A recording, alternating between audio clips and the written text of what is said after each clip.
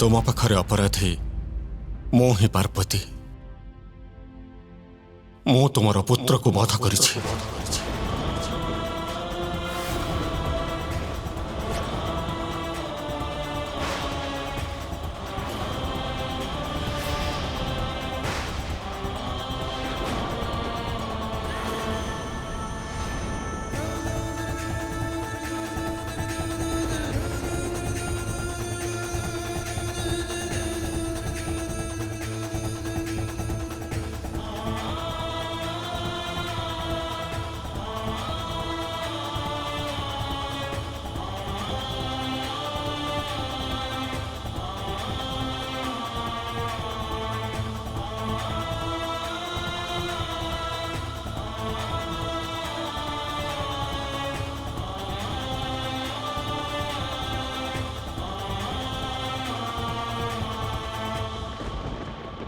तुम पाखरे अपराधी मो ही पार्वती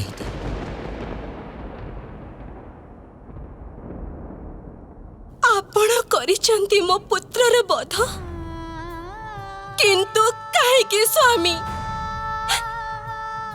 एमिति की अपराध करिथिला से बालक उत्तर दियंतु। मो पुत्र से अबोध बालक को प्राणदंड काहेकि देले आपण? मु किछि पचारुछि आपणंकु उत्तर दियंतु। मार हृदय पुत्रर मृत्युर कारण बुझी सारिबा परे भी कोठी बुझी थाए उमा। आ तुमको कौन कहबी? दुखद सत्य तो या जे तार शिर को ता कांधरु अलगा करी तार प्राण हरिछि मोरी त्रिशूल उमा। सी बालक जहार जन्म एबे हेथिला जे संसार देखि भी नथिला तार एते भयंकर अंत हेला मो स्वामींकर एई त्रिशूल द्वारा केते कष्ट हेइथिबो ताको तार प्राणांत हेइ गला काहेकि होला एमिति जे मो हृदयर स्वरूप थिला मोरी कल्पनार जन्म नेइथिला से जे मोरी आज्ञा पालन करुथिला एठी तार केउ भूल निमंते एपरि भीषण दंड देले आपण ताकू ता शरीर को केमिति चेतन करि पारिले आपण?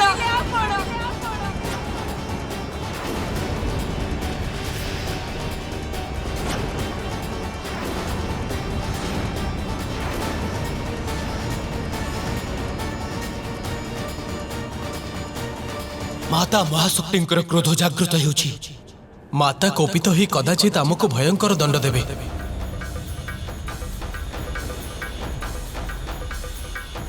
जहा ता अत्यंत कष्टदायक उमा किंतु नियतिर चक्ररु तो मु भी भक्त नुहे। यह तुमको केमिति बुझेइबी? आमको क्षमा करि दियंतु माता। माता आमर बहुत बड़ भूल हो जाइछि। माता आमको ज्ञान तो नथिला जे ए बालक आपणकर पुत्र। माता ये आमको आउ प्रभु को भी भीतर प्रवेश करने को देई नथिला। रही जातु कहा को भी प्रवेशर अनुमति नहीं। माता जेबे तांको विरोध करी भीतर प्रवेश करने को चेष्टा कलु से आम समस्त को पराजित करी आमर दुर्दशा करदेले। किंतु माता सेथिरे भूल आमर थिला। प्रभु तो केवल मात्र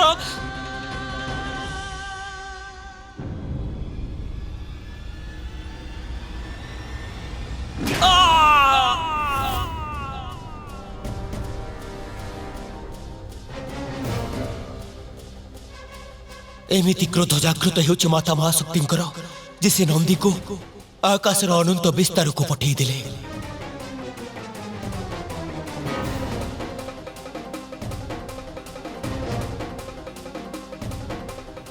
भीतर को जीवा को देला नहीं मो पुत्र। आपण समस्त अनुजे एटा थिला तार अपराध।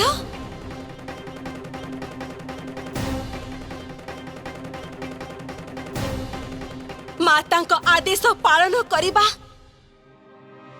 आपण दृष्टि रे अपराध केबे ठारू हे गला देवराज। मु मो पुत्र को आदेश देइथिली जैसे कहा को भी भीतर को आसीबा को न दो। कुहंतु मते उत्तर दियंतो। कौन पूर्ण निष्ठा और समर्पण भाव रे पुत्र र माता का आदेश र पालन करिबा अनुचित। एथि पाई तो ताको पुरस्कृत करिबार थिला। आपण समस्ते ताको दंड दबार स्थिति उत्पन्न करिदेले। कौनसी तथ्य न जानी सत्य न जानी आपण समस्ते ता सह युद्ध करी ताको उत्तेजित करी चलिले। टिके भी धैर्य रखी पारिलेनी आपण माने।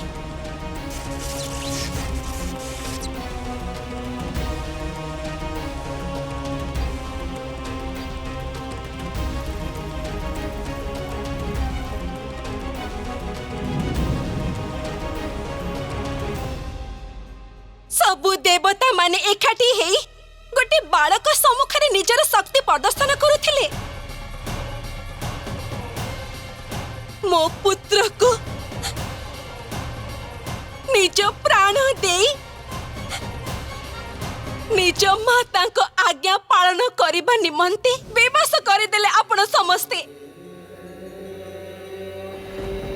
काहे की कले एमिति थरक पाई भी भाविलेनी जो असाधारण बालक आपण को भवन को जीवा को देला नहीं। जे निज शक्ति द्वारा आपण समस्त देवता को पराजित करिदेला से किए हे पारे। जदि से आपण मान को रोकी देइथिला आपण कोन टिके प्रतीक्षा करि पारिलेनी।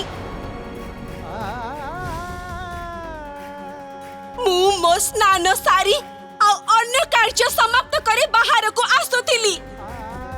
आसी आपण को सह तार परिचय करई देई थांती किंतु देवतांकर अहंकार एक कथा को केमिति स्वीकार करि थांता जे गोटे अल्पायु बालक तांको शक्ति को आह्वान दबारे सक्षम हेई पारिची। कुहंतु मते महादेव आउ तांको गण भीतर को न जीवा द्वारा सृष्टि रे केउ महत्वपूर्ण लीला रे बाधा सृष्टि हेई थांता। गोटे बालक सह संघर्षरत हेई पड़िले आपण माने कौन एटा आपण मानकर पराक्रम।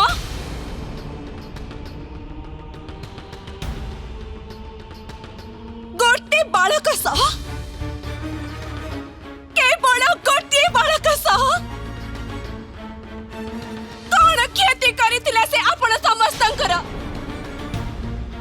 से कौन आपण को पद मागुथिला देवराज इंद्र। मो पुत्र मो कोमल हृदय निष्ठावान आज्ञाकारी पुत्र मोर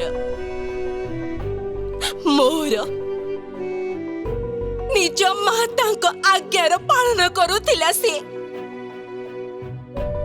कुहंतु मते कौन ए घटना परे संसार कौन से पुत्र निज माता आज्ञार पालन करिबो। कौन से पुत्र मनरे ए साहस कौन केबे सृष्टि हबो।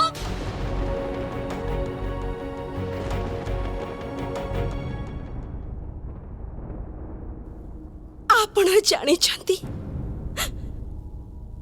मो पुत्र प्राप्ति निमंते केते प्रतीक्षा करिथिली केते समयरु पुत्र प्राप्तिर प्रबल इच्छा रही मो हृदय रे। एक कथा कौन के भी जानी आपण जे पुत्र प्राप्तिर वरदान प्राप्त करिबा परे मु केते कष्ट सहिची कहतु जानी आपण माने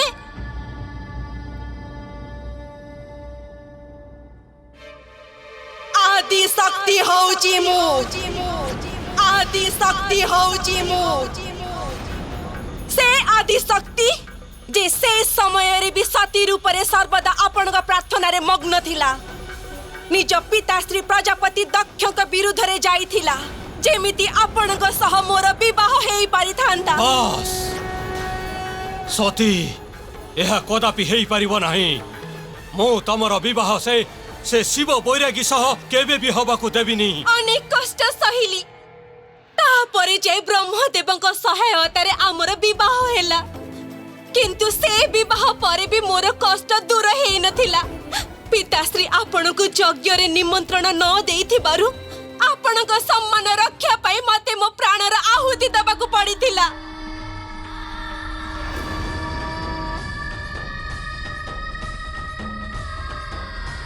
सतीर अंत निश्चय हेला किंतु तार इच्छा अपूर्ण रहिला।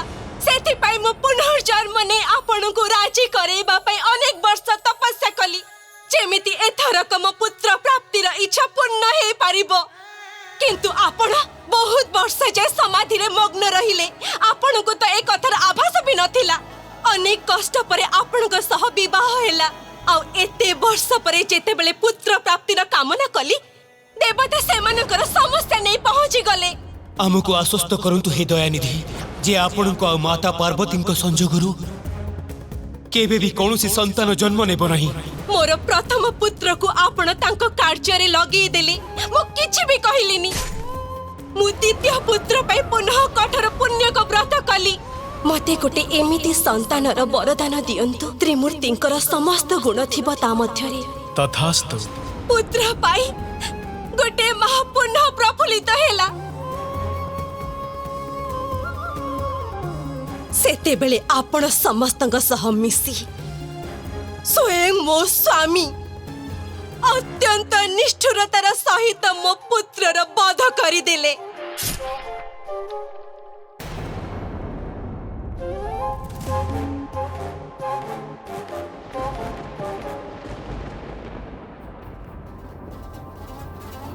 स्वामी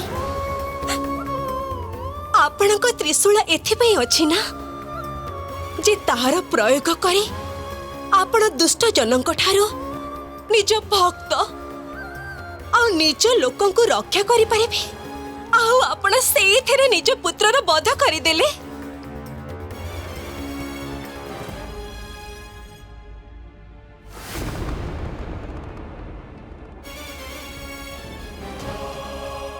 मते कहंतु महादेव कौन शिर छेदन व्यतीत आपण को अन्य कौन कार्य भी आसे मने अछि ना आपणकर जे सृष्टिर प्रारंभ रे आपण काल भैरव रूप धारण करी ब्रह्मदेवंक शिर तांक शरीर रु अलगा करिथिले आउ तापरे वीरभद्र रूप धारण करी आपण प्रजापति दक्षंक शिर भी तांक शरीर रु अलगा करि देइथिले।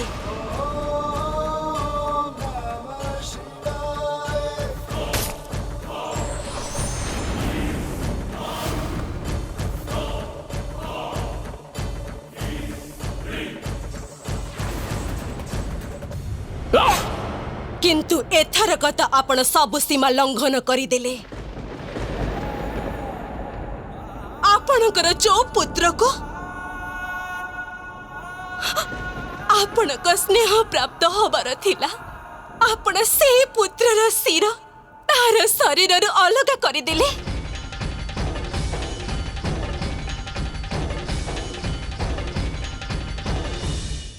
सर्वशक्तिमान आपण ईश्वर आपण तार अर्थ ए नुहे जे जेबे आपणकर इच्छा हबो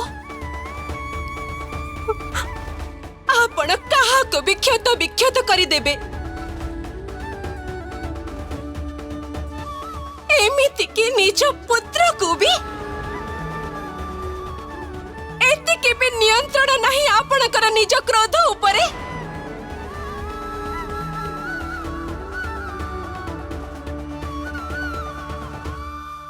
मोर मो पुत्र पुनः दरकार। आपण तो ईश्वर ना महादेव, मो पुत्र को पुनः जीवित करंतु।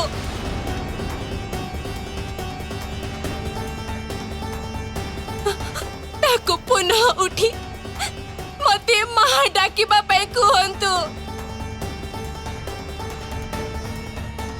किछि करंतु महादेव, किछि करंतु।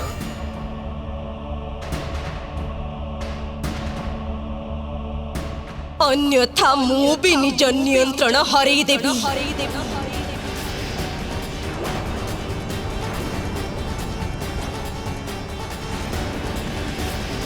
मोर पुत्र, मोर प्रिय पुत्र, मो सृजनर उत्पन्न हेइथिबा मो पुत्र कहीं महादेव,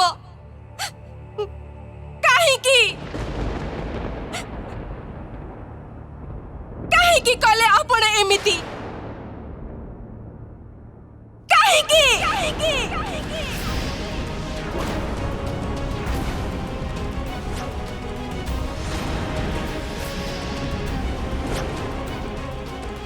देवी पार्वती क्रोध निज चरम सीमारे आउ जदि से प्रचंड रूप धारण कर तेबे अनर्थ ही जीव।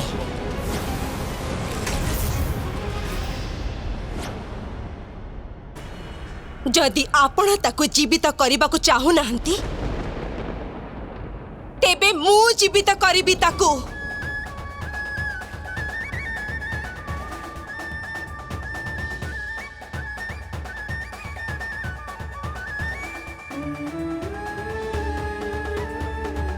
मु ही तार सृजन करी ताको जीवन देइथिली, तेबे मु ही ताको पुनः जीवित करिबी।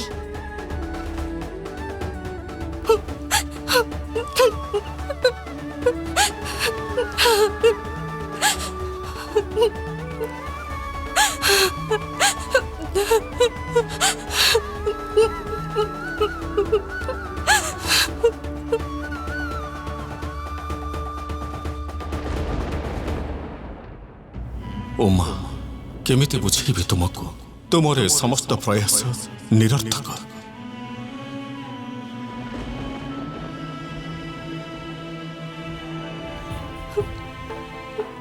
ये कौन होची? तार सिर मु गढ़ी पारुनी काहेकि? ताको जीवन काहेकि दे पारुनी मो?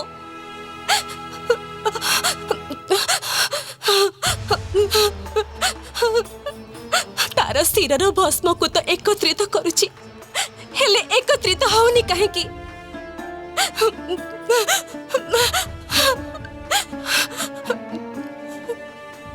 रही जाओ मां, तुमर समस्त प्रयास व्यर्थ। तार मां मो प्रयास व्यर्थ केमिति हे पारिबो? ए शिर मो त्रिशूल प्रहार रे भस्म हो सारी, और मो त्रिशूल रे भस्म हेबा परे केही पुनर्जीवित होई परिबो नाही। तार शिर सर्वदा पाई नष्ट हो सारी। तेबे सबु किछि नष्ट हे जिवो। जदि मो पुत्र जीवित हेई पारिबनी तेबे संसार विशेष हेई जिवो। एमिति विनाश लीला उत्पन्न करिबी मु।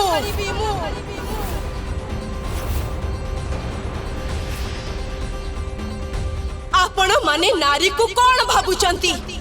जहा किछि भी हेई जाऊ पछे आपण माने जहा किछि भी करंतु, से केवल शांति रे सब किछि सही चली थिबो। नहीं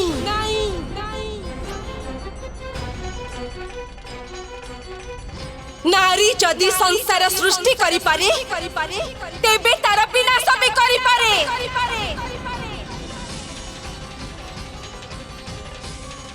एबे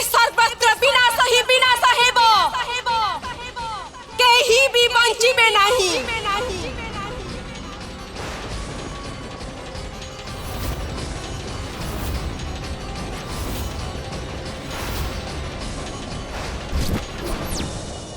महादेव देवी पार्वती एपरी उग्र हेबा संसार ପାଇଁ उचित नुहे तांकु रोकंतु जदि से महादेवंक कथा को अवमानना करंती तेबे तमे तांकु ही बुझाओ प्रिय। एबे बुझिबार आवश्यकता देवता मानकर स्वामी जहांक दृष्टि रे पार्वती पुत्रंकर कौनसी महत्व नथिला। ए संघार लीला रे मु भी देवी पार्वतींक सहित अछि।